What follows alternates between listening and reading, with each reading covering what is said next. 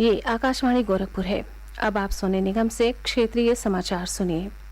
स्वतंत्रता के 75 वर्ष पूरे होने के उपलक्ष्य में आज़ादी का अमृत महोत्सव के अंतर्गत प्रादेशिक समाचार एकांश आकाशवाणी गोरखपुर विशेष प्रश्नोत्तरी कार्यक्रम का आयोजन कर रहा है। इसके तहत हर सप्ताह बृहस्पतिवार को सुबह 7:20 पर प्रसारित होने वाले प्रादेशिक समाचार बुलेटिन में श्रोताओं से देश के स्वाधीनता संग्राम और उसके गौरवशाली इतिहास पर एक प्रश्न पूछा जाता है। इस प्रश्न का सबसे पहले सही उत्तर भेजने वाले श्रोता के नाम की घोषणा अगले दिन शुक्रवार को समाचार बुलेटिन में की जाती है। आप भी हमारे इस क्विज का हिस्सा बन सकते हैं। अमृत महोत्सव क्विज श्रृंखला का अगला प्रश्न कल सुबह प्रादेशिक समाचार बुलेटिन में पूछा जाएगा। मुख्यमंत्री योगी आदित्यनाथ ने कहा है कि प्रदेश सरकार ने पिछले 4 वर्षों में राज्य के 41,73,000 परिवारों को पक्के मकान उपलब्ध कराए हैं। उन्होंने कहा कि सरकार सभी गरीबों को आवास उपलब्ध कराने के लिए प्रतिबद्ध है और प्रधानमंत्री नरेंद्र मोदी के इस सपने को साकार करने की दिशा में आगे बढ़ रही है।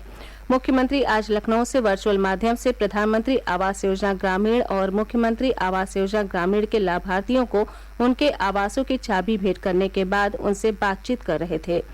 इन योजनाओं के 5,51,000 लाभार्थियों को 6,637 करोड़ रुपए से अधिक लागत से निर्मित आवासों की चाबी भेंट की गई। इस अवसर पर मुख्यमंत्री ने कहा कि उन्हें प्रसन्नता है कि लोगों को आवास के साथ साथ अन्य योजनाओं का भी लाभ मिल रहा है। मुझे बहुत प्रसन्नता है कि ज्यादातर लाभार्थियों को आवास योजना के साथ साथ स्वच्छ भारत मिशन के अंतर्गत शौचालय का निर्माण की योजना के साथ वे लोग जुड़े हैं। उन्हें राशन कार्ड में फ्री में राशन उपलब्ध हो रहा है। आयुष्मान भारत का कार्ड उन्हें प्राप्त हुआ है। उन्हें उज्ज्वला योजना में निःशुल्क रसोई गैस का कनेक्शन मिला है। उन्हें सौभाग्य योजना के अंतर्गत निःशुल्क विद्युत का कनेक्शन प्राप्त हुआ है। निराश्रित महिलाओं को विधवा पेंशन की योजना का लाभ, वृद्धजनों को वृद्धावस्था पेंशन का लाभ प्राप्त हुआ है और भी तमाम योजनाओं से सभी परिवार आच्छादित हो रहे हैं। प्रदेश में पिछले 24 घंटों में कोरोना संक्रमण के 19 नए मामले सामने आए हैं, जबकि इस दौरान 20 मरीज स्वस्थ हुए हैं। सक्रिय मामलों की संख्या घटकर 250 रह गई है। 27 जिलों में कोरोना संक्रमण का अब एक भी मामला शेष नहीं है। राज्य में कल 2,08,000 से अधिक कोविड नमूनों की जांच की गई, जिनमें 64 जिलों में कोविड-19 का एक भी मरीज नहीं मिला। प्रदेश में अब तक 7 करोड़ 25 लाख से अधिक नमूनों की जाँच की जा चुकी है। प्रदेश कोविड रोधी टीके लगाने में देश में प्रथम स्थान पर है। राज्य में अगस्त माह में ही 2 करोड़ 47 लाख कोविड टीके लगाए गए। प्रदेश में कल 15,64,000 से अधिक टीके लगाए गए।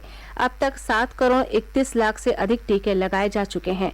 इनमें से 6 करोड़ 14 लाख से अधिक लोगों को टीके की पहली डोज लगाई जा चुकी है। देश भर में कल एक दिन में सर्वाधिक 1 करोड़ 33 लाख से अधिक कोविड रोधी टीके लगाए गए। एक सप्ताह में ये दूसरी बार है जब 1 करोड़ से ज्यादा टीके लगाए गए।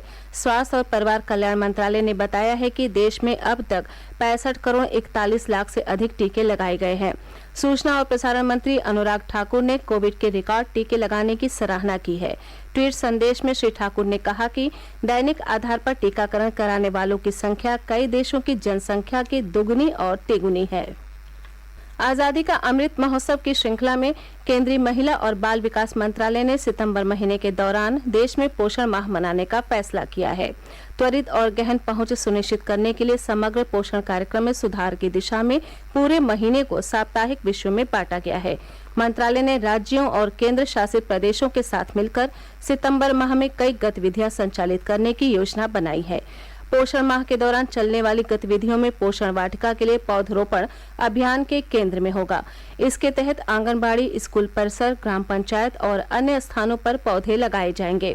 कोविड टीकाकरण और कोविड नियमों के अनुपालन के बारे में भी लोगों को जागरूक किया जाएगा। पोषण माह के दौरान 6 वर्ष से कम आयु के बच्चों की लंबाई और वजन माप के लिए एक विशेष अभियान चलाया जाएगा। मुख्यमंत्री योगी आदित्यनाथ ने प्रदेश के बाढ़ प्रभावित क्षेत्रों में तत्काल राहत उपलब्ध कराने के निर्देश दिए हैं। उन्होंने कहा, बाढ़ग्रस्त इलाकों में पर्याप्त राशन की व्यवस्था की जाए। गौरतलब है कि गोरखपुर, सिद्धार्थनगर, गोंडा, श्रावस्ती सहित पूर्वी उत्तर प्रदेश के कई जिले बाढ़ से प्रभावित हैं। गोरखपुर में राप्ती, रोहिन, गोर्रा नदियों का जलस्तर बढ़ा है, जिससे तटवर्ती क्षेत्रों में बाढ़ के हालात हैं। सिद्धार्थनगर जिले में भी बाढ़ से 350 से अधिक गांव प्रभावित हैं। इसी के साथ क्षेत्रीय समाचारों का ये बुलेटिन समाप्त हुआ। नमस्कार।